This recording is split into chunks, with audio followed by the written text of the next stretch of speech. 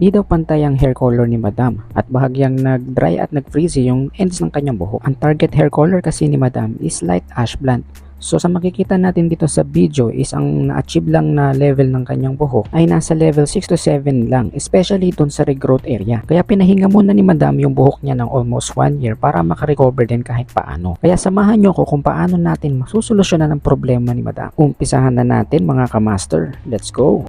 Uunahin muna natin ngayon yung kulay bago tayo mag-reband at regrowth area lang yung a-applyan natin. Gumamit ako dito ng colorant na nasa level 8 at ang primary reflect niya is ash. Sa developer naman is 9% at ang mixing ratio niya is 1:1. Ang application technique naman na ginawa natin dito is half inch away from the scalp at regrowth area lang yung a-applyan natin. After natin ngayon ma-applyan mga kamaster is ipaprocess natin siya ng mga 30 to 45 minutes. Huwag natin kalimutang i-cross-check at i-retouch natin hanggat maaari hanggang sa magpantay yung kanyang color sa regrowth. After natin ma-process ang ating hair color ay i-retouch na natin yung roots at huwag natin kalimutang i-refresh yung dulo.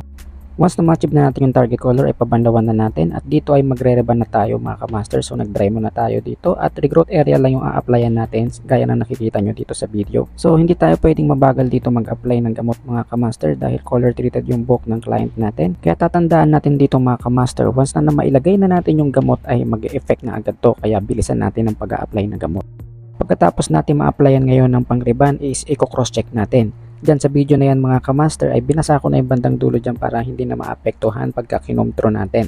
So iwasan nating malagyan pa yung dulo dahil rebanded pa rin siya. Ngayon na-confirm na natin na process na siya mga kamaster is pababanlawan na natin dito ng tubig lang at gumamit ako dito ng hair protector bago tayo mag hand dry. Nakakatulong ang hair protector para maprotektahan niya yung buhok natin, especially yung dry na, at nagkakaroon siya ng additional na dulas at mas shinier ang effect pagkatapos natin siyang i-iron. Nasa 380 Fahrenheit yung ginamit nating init dito mga kamaster. Way ng aking pagpaplansya dito is malumanay lang at iwasan natin yung nahahatak yung ulo ng ating client. Huwag tayong masyadong nanggigigil, especially dun sa roots area, dahan-dahanin lang natin.